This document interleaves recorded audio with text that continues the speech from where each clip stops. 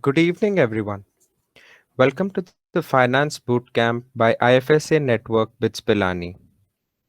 Today's session will be conducted by Aditya Mishra, Vice President of IFSA Network BITS Pilani, and myself, Mayank Grover, Senior Financial Analyst at IFSA BITS Pilani. Today's lesson will first give you an overview of the finance industry, different job roles, and then lead you to one of the most crucial skills you can learn right now: financial modeling. Do remember that just like coding, financial modeling is simply a medium to explain your own feel towards a financial decision. The real skill to learn and possess is the acumen to judge a financial event with utmost accuracy. Like, was it a good move that Idea and Vodafone merged, that Zomato bought Uber Eats for $206 million, or even as simple as should you invest in Reliance or not? Models are going to be only as good as your judgments because you will soon learn how immensely they depend and vary based on your assumptions. Assumptions which are only backed by a few indirect financial events or statements. So try to understand the why more than the how to do when it comes to finance. With this, I'll start by showing you a basic outline of today's session. These are the learning outcomes we'll be discussing with a good enough time for your Q&A. These are some of the tools used by us today and by industry professionals on daily basis to create documents, reports, models using which the financial decisions of any organization are made. Here is a broad overview of different fields within finance. Some of you must have thought that I want to do finance, play money, make money. This is the most insightful for them because at the end of your graduation, if you get placed in a finance profile, it is going to be on this list. It's a time of specialization. That is why we're showing you this segregation. However, it does not mean you cannot switch between these profiles. That is very common. There are some specific skills required for few of these profiles which you can work for. Now, I will very briefly introduce these, and I suggest if you get highly motivated or demotivated towards any one, do go on the internet and read extensively on it before making a firm decision. The best favor you can do yourself is keeping your options open, the way you took engineering. Investment banking, the work hardest, play hardest field in finance. They are involved in mergers, acquisitions, IPOs, other deals between companies, and don't interact with the public. They are like the brokers and deal crackers for companies. Private equity. Well established private companies that need help raising funds from different sources approach private equity firms. They help companies connect with potential high net worth investors who wish to invest in the company. There can also be a case when a publicly listed company wants to delist itself from a stock exchange. Private equity firms help them replace the investment of public with that of private investors. Venture capitalist firms. These are analogous to private equity firms, just that venture capital firms help startups raise money to go up and running from being just another startup from the garage. They look for ideas that have potential to grow 100 or 200 times in a year and then pitch those to private investors. Usually, a company is involved in both private equity and VC together. Equity research. Now, this is not an exclusive field. An equity researcher has his roles all over other profiles because the job is of such nature. You have to research on the given company and create reports of analysis which can be of an acquisition, valuation, merger, or investment purpose. The purpose of the research changes with different companies and clients. Equity research reports are the core crucial data reports used by all financial organizations. Trading and investment. Yes, it is as simple as it sounds. The company which hires a trader gives them certain limited capital, which the trader is partially free to deploy to make money for the firm. There are some restrictions and guidelines the trader has to follow. Apart from that, the reports made by equity researchers are used by traders to take investment calls. Corporate finance. Simply put, every company or business in this world is there to earn money. So there has to be a finance department in every firm, and it is called corporate finance. It is not very dynamic and mostly constitutes of auditing and bookkeeping, but some businesses like to reinvest some of the company's profits in the market to increase returns. Any company whose main line of business is not money related has a corporate finance division. Quant. This division deals with quite heavy coding and application of high levels of probability and statistics, like you've learned in M2 and PNS. To give you a bird's eye view, the quant head of any financial firm is usually a PhD in mathematics.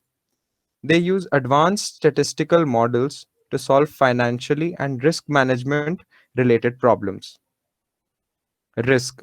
Financial risk management is the practice of protecting economic value in a firm using financial instruments to manage exposure to risk.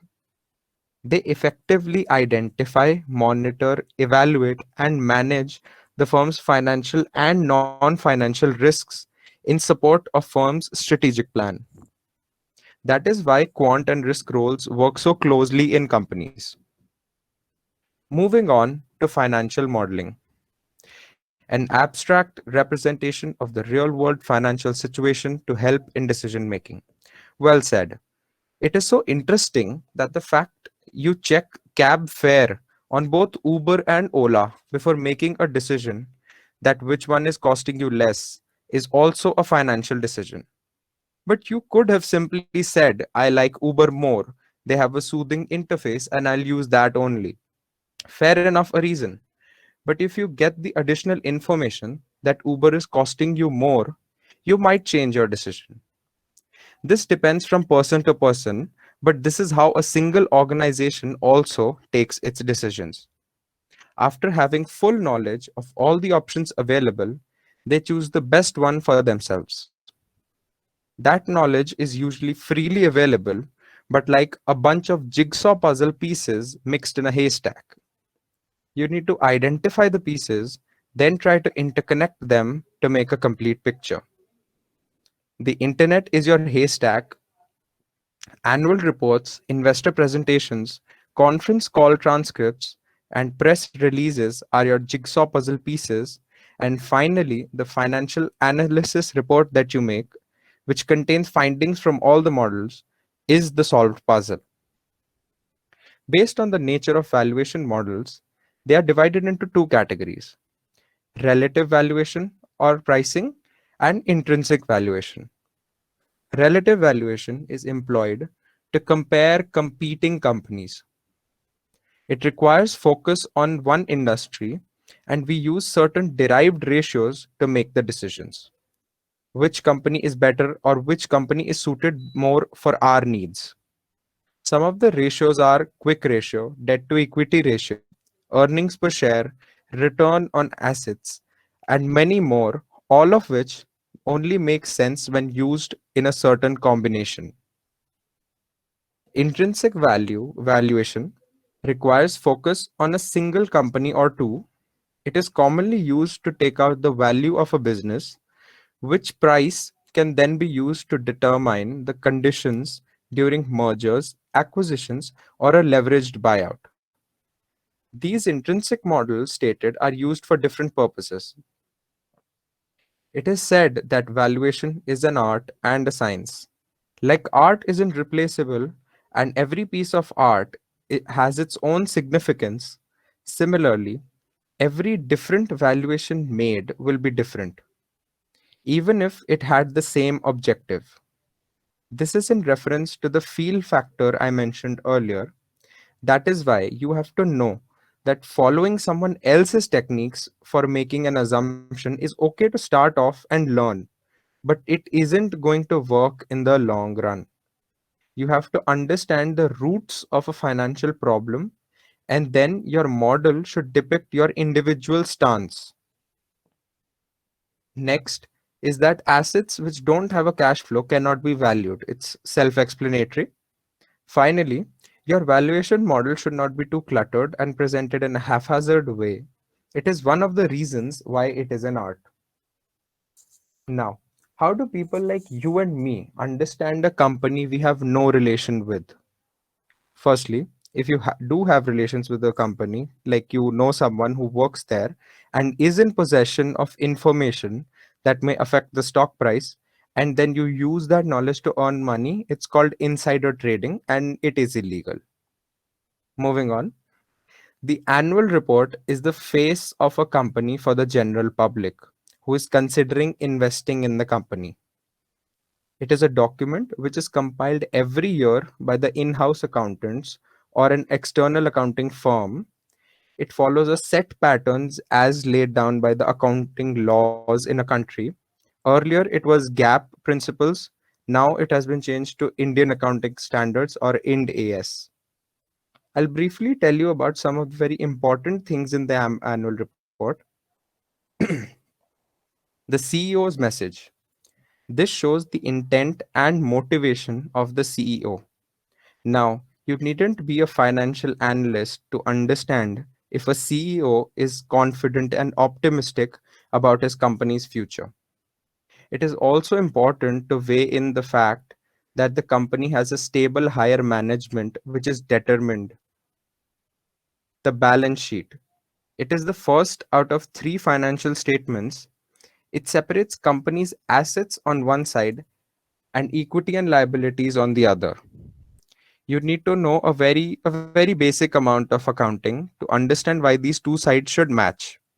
It is like every transaction in net is recorded on both sides. This statement consists of really important things like total outstanding liabilities such as loans or payables, inventories, other tangible assets, goodwill, etc. Then comes the income statement. It records all the transaction of the company in terms of income and expenses.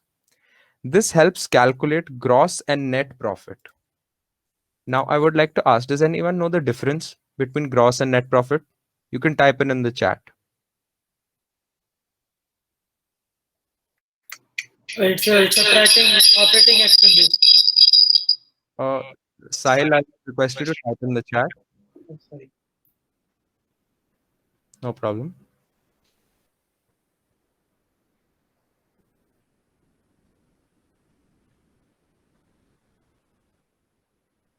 Okay.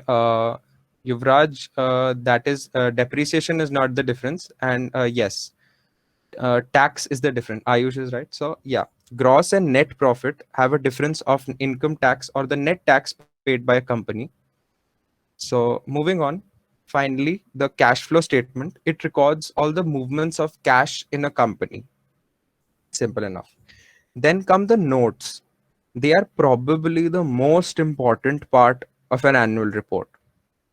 Every value item in three financial statements have notes attached below which explain the variation less or more than it should be and give justification for anomalies which may occur.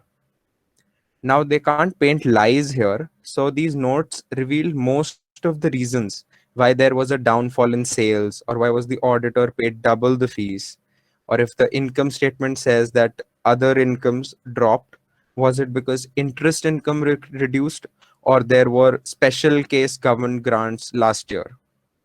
All of this is written down in the notes on financial statements. Now let's look at an annual report so that it doesn't look alien to you. I'll show you how to get to one. For this session's purpose, I'll take Tata Motors. If you can see my screen, you have to just search the company's name and add BSC in front of it on Google. You should scroll down to the BSC India website. There you can, yeah, there you can scroll down. This is the BSC India website dashboard for any company, any publicly listed company in India. So you scroll down, go to financials, and there you select annual report. Now, BSE requires every listed company to present 10 years of their financial reports on their website. If you want reports of previous years, you can find it on the company's website. Like Tata Motors website would have annual reports maybe 20, 30 years old as well.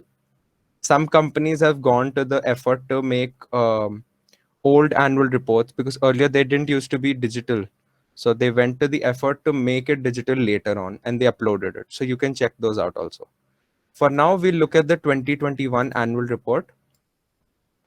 So this is how an annual report looks. It is a very long document, but don't worry. All we need to focus on is the needle in the haystack. Since you can see it's a 366 page document, so it has very little purpose while scrolling. So press Control F if anyone is doing this with me. Press Control F and search on balance sheet. Now, simple enough, balance sheet is a common word in an annual report. So you'll get many results, but keep pressing enter until you reach a page which has balance sheet written in real big letters like this one. Now, this is how a balance sheet of any Indian company according to Indian accounting standards looks like. It will have almost the like 99% same terms over here, and obviously the values will differ, but this is how a balance sheet looks like. It has assets on one side, equity and liabilities on the other, because I'm saying total assets ka total, if you look at it, matches with the total of total equity and liabilities. All right. One more thing, there is something known as a standalone balance sheet and a consolidated balance sheet. This one is a standalone balance sheet. Now, as we all know, every company has side businesses in its main company, which is called subsidiaries, right? So Tata Motors has subsidiaries which work differently and which will have different financials. So whenever you're referring to a balance sheet to get data points, like you want the what is property, plant, and equipment is the net of tangible assets. If you want to take values from a balance sheet, always type in consolidated balance sheet in the search bar, which will get to you on another page a little below, always below the standalone one. From there, you can take all the values you need. You will always see there is a difference, a significant difference from the standalone one. Consolidated balance sheet has the net of all the activities over here. All right. So this is how you navigate. Here is the statement of profit and loss, which shows the total income over here, shows the total expenses over here, has the profit and loss before tax over here, which is also the gross profit, taxes, and then the final profit, which is also the net profit. If it is shown in a bracket, it basically means it's a negative value. It's Excel terms. If you type any number in Excel also, while placing brackets in it, it comes out as a negative number. So it has a negative, a loss of 13,000 crores. Like all values are in crores. It's written above. All right. This is the cash flow statement. It is divided into three parts, which is the operating cash flows. Then come the investing cash flows from investing activities. Then come the cash flow from financing activities. All three have different purposes. I would suggest you read these statements. Like I told, these are the important needles you need to read to understand what is going on in a business. When you understand what each of them mean, you'll understand if they increase, if they decrease in combination with others. How does it make a significant difference, and how to understand something out of it. All right. So the notes come right after this, so you can check out them also. Notes on financial statement. These are very long. Coming back to the presentation. All right. Now we learn about a very important and basic concept, the time value of money. You will probably learn this in your early economics or finance course at BITS. So all of you understand that money or a simple 100 rupee note values or has purchasing power more today than tomorrow. It started like this: when people used to ask for things for rent, like a horse or something in ancient times, they used to pay a certain amount, right? Now, what if a person were to rent 100 gold coins from someone? He would have to pay a fee attached to it. Let's say a person borrows 100 gold coins today and tells that I will return it in a year later with and the fee charged is 10 gold coins. This whole transaction basically means that 100 gold coins worth today are equal to 110 gold coins worth later. Hence the term inflation came in. Now, inflation is not a bad or negative word. It is simply the rate at which prices of things increase year on year because of passage of time. It gets bad when that rate increases too much. Simple. The formula you see here is very simple and the most basic one. To calculate the present value of anything, PV, from the future value, FV, and given the discount rate, and the time period.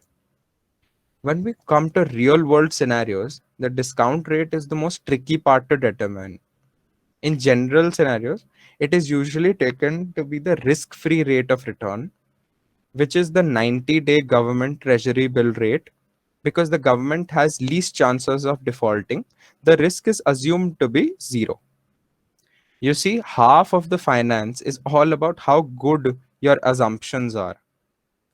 Now, let's get our hands a little dirty in Excel. And most of you would have learned Excel in your school.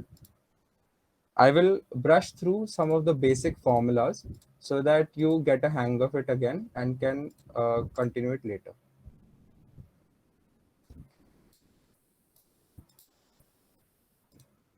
I hope you all can see my screen. Yeah.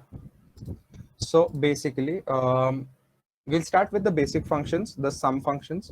Now, before I start, I want to tell you all that this is a tip given to me from a person at a senior managerial post at a uh, multinational bank. At that level, they do not use the mouse or the touchpad while using Excel. Everything is done using keyboard shortcuts and like the keyboard in whole. So for today's purpose, I will use the keyboard to show how you can use some of these functions. I'll place my mouse aside. Right now, I'm at the sum key, the B9 key. For sum, there is a simple shortcut. You can type in equal to sum bracket and then select the range of cells you want to add a sum of, bracket close, and enter. However, there is a simple shortcut. You press Alt plus equal to key. It will automatically do the sum. It's the auto sum shortcut key. Excel has over 500 functions and over 2000 shortcuts to complete that. So do start learning all of them if you are planning to get into anywhere in finance, because they are really helpful and really fast. For product, there's no shortcut per se. So we write in product, open the bracket, select the range of cells, close the bracket and enter. Now I'll show you how to change some of the things using shortcuts such as font, bold, borders around cell, and format.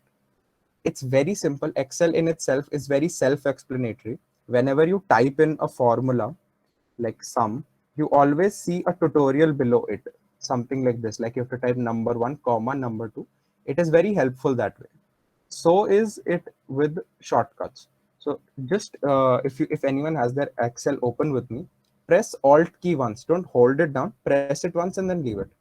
You will see letters and numbers on the top of your screen at below home, insert, page layout, etc.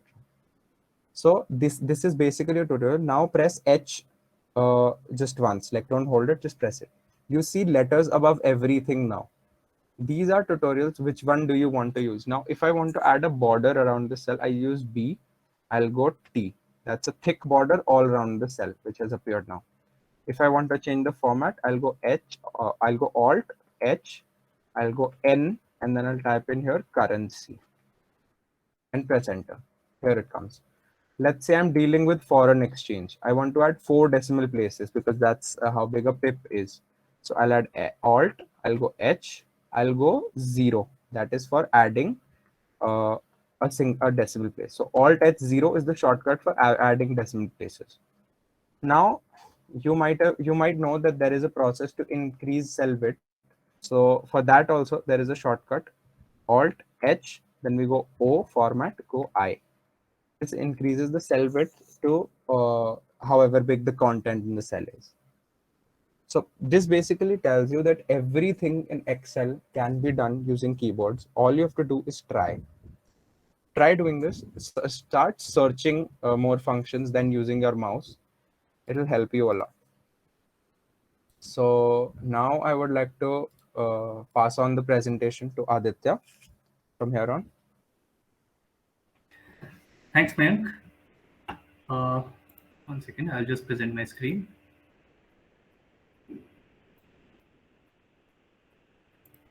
Right.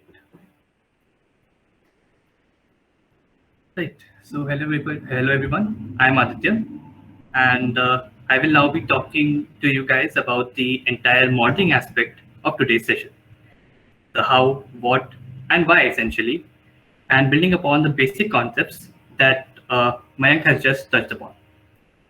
We will be building a discounted cash flow model right from scratch. I will be using the basic model which has been built by the IFS team this year.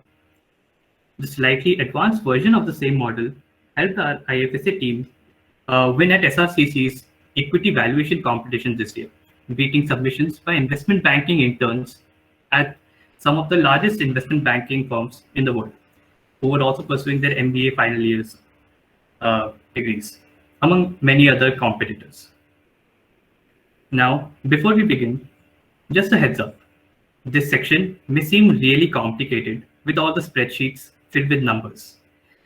But honestly, it's not as difficult as it seems. Please remember all this content we are trying to fit into a 1 hour long session, and it took us almost a year of studying to get a hang of it all. And so it's okay if you don't retain or understand everything that is being said here. We will also be sending the slides as well as a video recording of the session. So you can go through that and Google up any terms which you had difficulty in understanding at your own pace. So let us begin. Now, the basic ideal behind making a DCF model is that as an investor, you believe that the market at times may be wrong, but it also has the capacity to correct itself eventually in the future. Now, if the market is wrong about a particular stock, there should be some value for its share that is correct, and which may be a function of how the company operates. Things like if the business model works, or are the products competitive or not. A DCF model is just a tool to help find that correct value. At its core, a DCF model has three components: time period, discount rate, and cash flows. An investor uses company annual reports to project cash flows that a company is expected to have over a certain time period, and then just uses the time value of money formula to discount those cash flows back to the base year. Base year being the year in which the the analysis is being taken place. Now, we will be beginning with a time period. So time period here means the number of years that an analyst is willing to project the cash flows for in the future. Now, I would like to ask you guys, what should be the ideal years into the future that I should project my company cash flows for?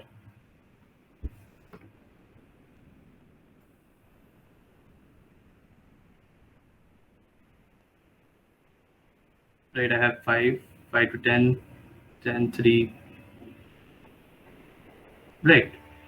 So, right, I think most answers are around 5 to 10. And yeah, that is usually what we use in the industry.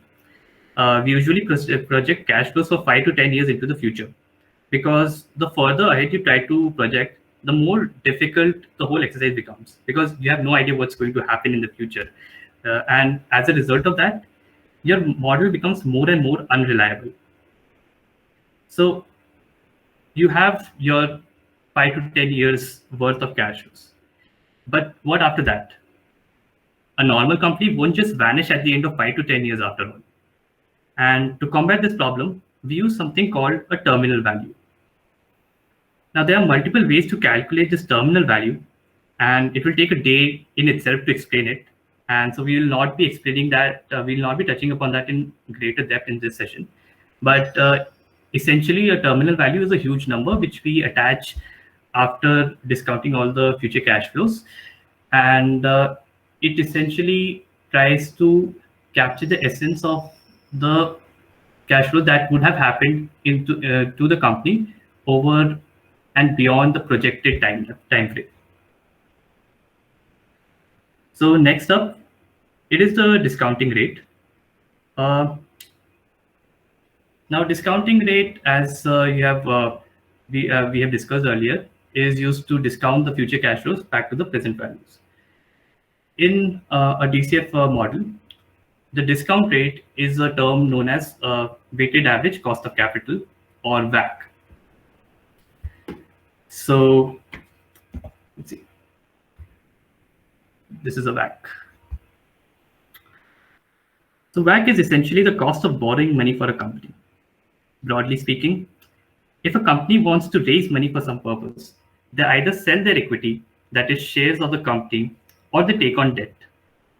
The cost of debt is essentially the sum of money a company needs to pay back to its lender in the form of interest payments. The cost of equity includes dividends and fixed yields on preferred stocks. Now, bear with me here. This may sound a little complicated, but once we try it out for itself, it will make a little more sense. So as you can see over here, the cost of debt is calculated by multiplying the average debt yield with the tax shield. So here we have the live DCF model which we have built, and this is the cost of debt which we have calculated. This is the marginal tax rate that we use for the tax shield. Now, tax shield is a fancy word of saying that we remove the sum of money that is exempt from taxes. That's all. And these two numbers here, when you add them together, you get something which can be considered analogous to the interest rates at which the money has been borrowed. And using these, we essentially, using this and the formula which has been given here, we basically just multiply that and we get the after-tax cost of debt. Next, we move on to the cost of equity. Now, for the cost of equity, we use a concept known as the capital asset pricing model, or CAPM. CAPM in itself is a simple formula. It's a simple single line formula, as you can see here. You basically just put in these variables and put in the values of these variables, and it spits out the cost of equity. However, in the interest of time, we are not going to cover what all of them mean. We are, however, going to cover what this funny looking letter means. This is called a beta. So it is one of the major components in the CAPM model. Beta is a number which is usually around 1, and it tells you how volatile a stock is. So what's volatility, you may ask? Well, to understand volatility, let's take a look at this diagram. As you can see here, the green line, it goes up and down much more frequently than this red one. So you can say that this one is more volatile than the red one. That is what an intuitively volatility is supposed to be. Now back to beta. Beta is like a relative measure. We take a prominent index like Nifty 50 or the Sensex and see how much more or how less volatile the stock price is with respect to that specific index. So if that index moves exactly like, so if the stock moves exactly like the index, then its beta value will be 1. If a stock moves twice as much as the index in the same direction, then its beta will be 2. And if a stock moves half as much as the index in the same direction, then the beta is 0.5. A general rule of thumb is greater the beta, greater the volatility. Right. Over here, you see the thought process which we put into finding our beta values. I'll first explain the theory and then I'll show you how we practically apply all of this. So don't get worried if you don't understand much of what's going on here. So we usually we take multiple companies which are comparable in nature, and we find their betas. We usually obtain that from Yahoo Finance. It's there in the first few lines of that. Then we unlever that beta. Then using that unlevered beta, we find the unlevered industry beta. And with that unlevered industry beta, we relever it to find the company specific beta. So let's go back to the Excel sheet. Here is our beta. So here, this, as we had discussed, this is an analysis of Tata Motors. So these are a few of its competitors. We found these betas from Yahoo Finance. There is a formula to delever betas, and it essentially includes this debt to equity ratio. You will learn more about this later on. And using this ratio, you essentially end up delevering the beta.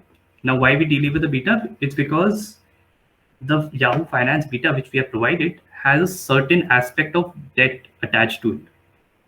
Now, since we are only trying to find out the impact of equity on our capital, we want to remove debt from the beta.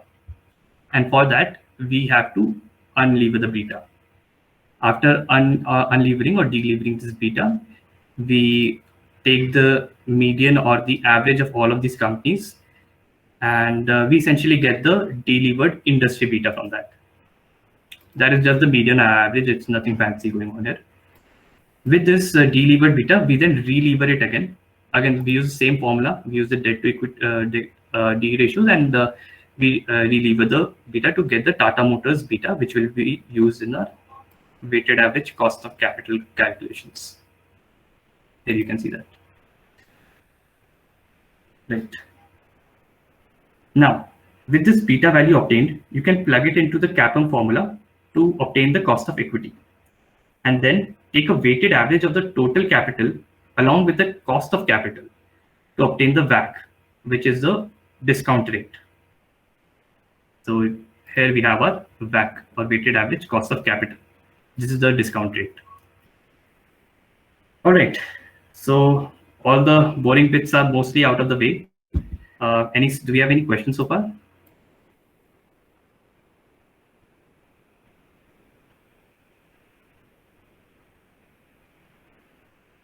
What is the difference between average delivered beta and delivered industry beta? So the average delivered beta,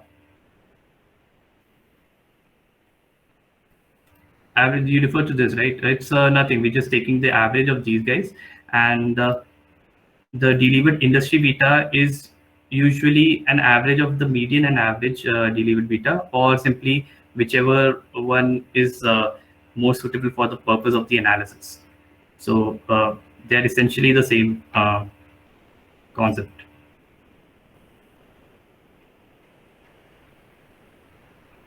All right, cool. So, right, why do we delever and relever the beta? Good. So, you see, we have these Yahoo Finance beta for these specific companies. For example, Ashok Leyland has a beta of 1.16, and it has the debt component of Ashok Leyland itself. So we have to remove that debt component to get only the equity component from this beta, and that is why we delever it. And here we get the delevered beta, and then we end up relevering it because we want it for specifically for Tata Motors, and we want it with its specific. So one of the major reasons for that would be the how the company is structured, and that plays a major role in that, and hence we need to have certain influence of that in this, and that is why we use a delivered form beta.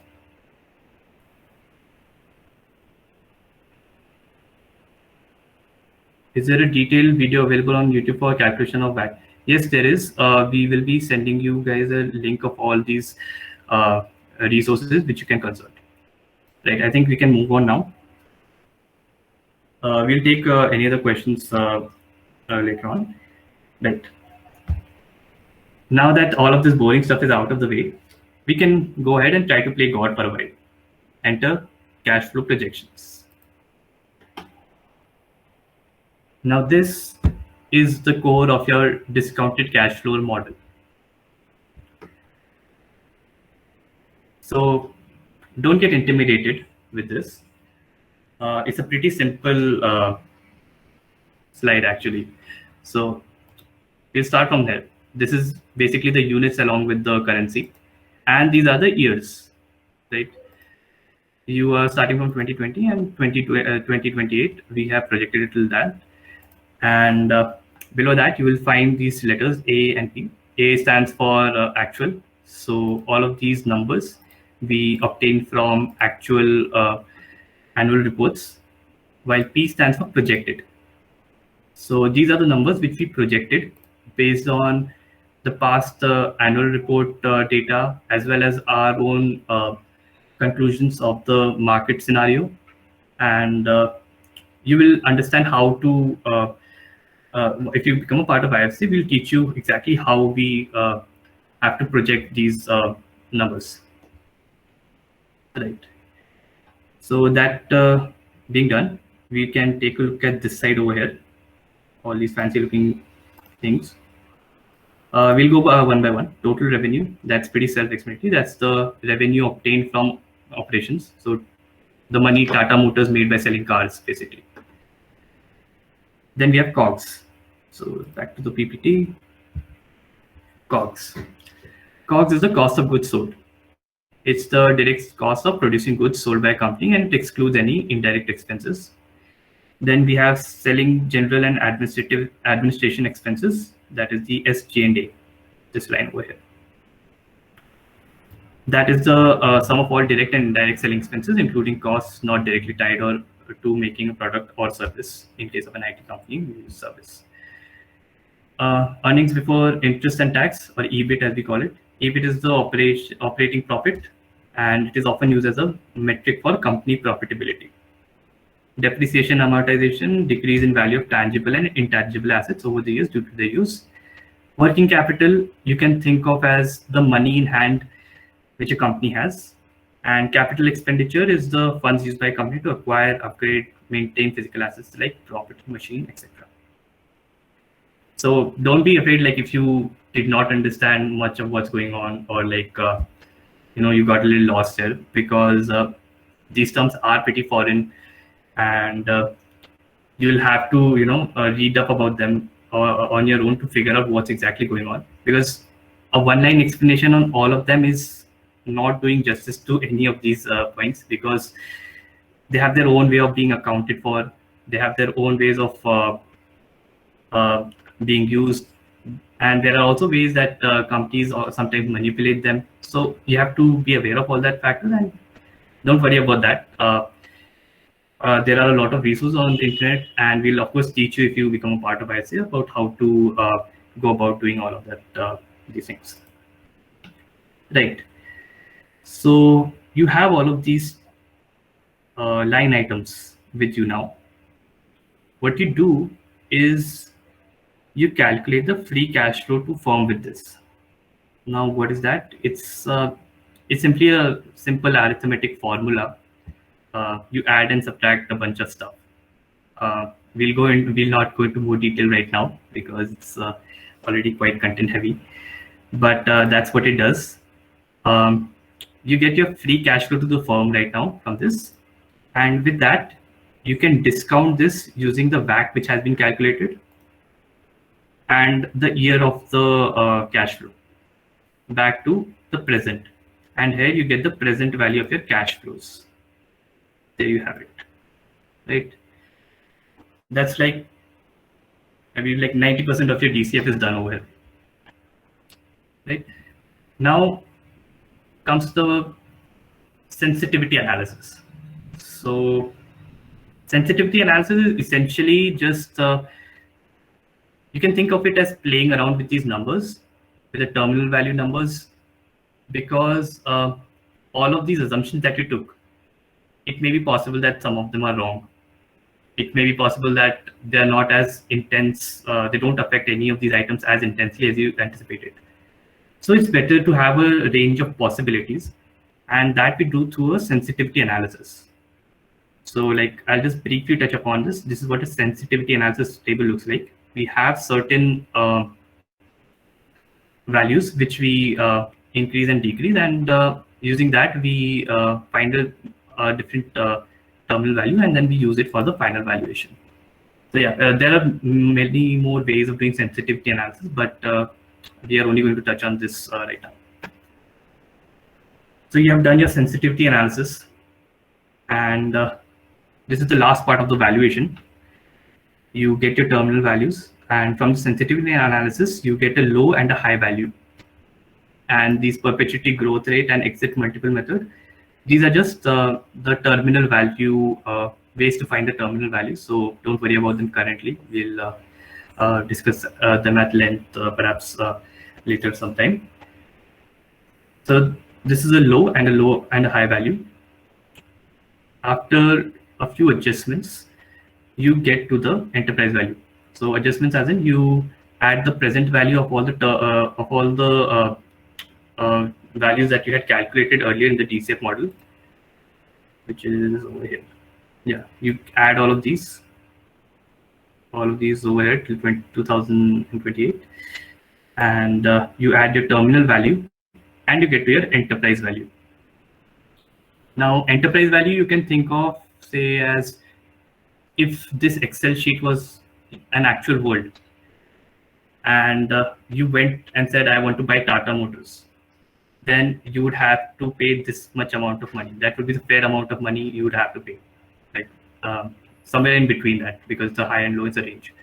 And also the numbers are in crores, so like, yeah, don't be like too happy about that. Now, after that, we have your enterprise values, and usually what people are more interested in is the stock price, because stocks are something which you can trade upon. So what we do is we adjust for cash equivalents and short-term borrowings, and we essentially end up with a per share price, a range of per share price from different methods. So for example, on this method, if I assume that my low value from this method is correct, then the per share price of the actual per share, the fair share price for one share of Tata Motors should be 401 rupees. Now, if we take a look at this, the current Tata Motors share price, currently it's trading at some 310 rupees. So what it means is, if I want, I should actually go and buy. My model is saying that I should buy this share, and eventually, because it's undervalued, and eventually this 310 is going to become 400, and that basically means that I am going to get I can get a 90 rupee profit on this share price. Now, all of this calculation, it depends on the quality of your assumptions firstly, and secondly, it may take years for a specific price to be hit, right? So keep those two things in mind. And of course, this is not investment advice, so like don't invest only invest out of your own volition. And yeah, so that is about the final valuation aspect of the whole thing. Now, I understand that a lot of this would be extremely new. It would be extremely confusing, and for that reason, we have compiled a list of resources that you guys should take a look at. We have various levels for basic, intermediate, and advanced learners, and You can take a look at them. We have attached the links, and we'll be sending over this PPT as well. So if you have any specific doubts, or if you have any places where you're stuck in, these are amazing resources that you can consult. And with that, we come to the end of the presentation. Thank you for sitting through with us. If you have any questions, we will take them now.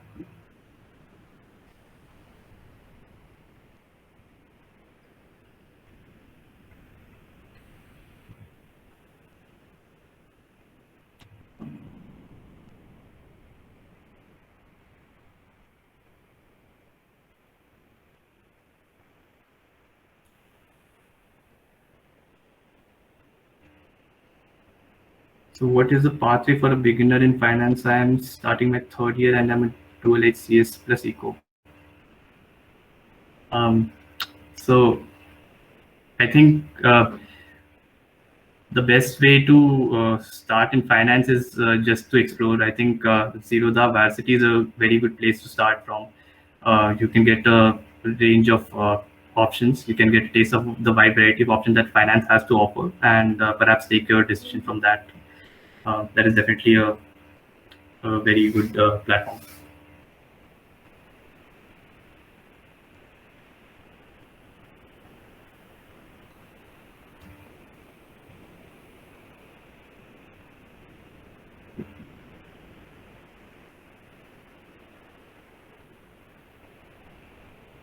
Zero the varsity general. We'll be sending the pitch the PPT shortly, so you can use it. It's the links there. So yeah.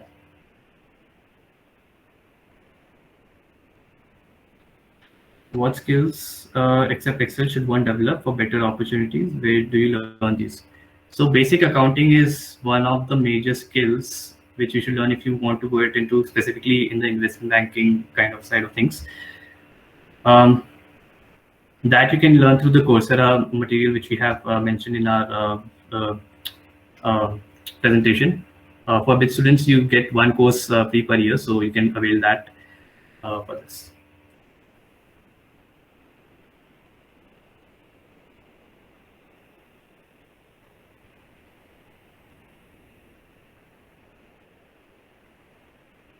Yes, Stitwa, we will be sharing the presentation as well as the pitch, the presentation and the video recording. So yeah.